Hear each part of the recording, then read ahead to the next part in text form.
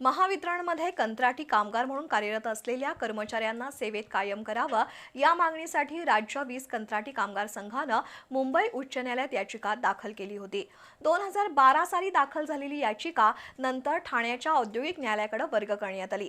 त्याचा आज निकाल लागला आणि राज्यातील 2285 कंत्राटी कामगारांना कायम करण्याचा आदेश न्यायमूर्ती S.Z. सोनभद्रे यांनी दिला। न्यायालयाचा निर्णय येताच कंत्राटी कर्मचाऱ्यांनी आनंद उत्सव साजरा करत 13 वर्षाच्या लढ्याला यश मिळाल्याचं सांगितलं। महावितरणमध्ये कंत्राटी पद्धतीने कर्मचारी भरती केले जातात। वर्षानुवर्ष कंत्राटी तत्वावर काम करणाऱ्या कर्मचाऱ्यांनी नोकरीत कायम करण्याच्या मागणीसाठी 2012 साली उच्च न्यायालयात याचिका दाखल केली होती। याचिकाकर्त्यांचं म्हणणं ऐकून घेतल्यानंतर न्यायालयानं हे प्रकरण ठाण्याच्या औद्योगिक न्यायालयाकडे वर्ग केलं होतं। गेली 13 वर्ष या याचिकेची सुनावणी सुरू होती।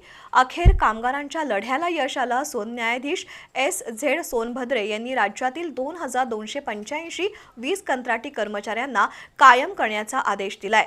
तसंच 2012 पासून आजपर्यंतचे वेतन, भत्ते आणि इतर सर्व लाभ फरकासह देण्याचा आदेश दिलाय।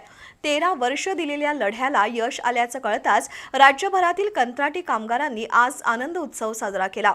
कोल्हापूर जिल्ह्यातील 125 कंत्राटी कामगारांचा त्यामध्ये समावेश आहे।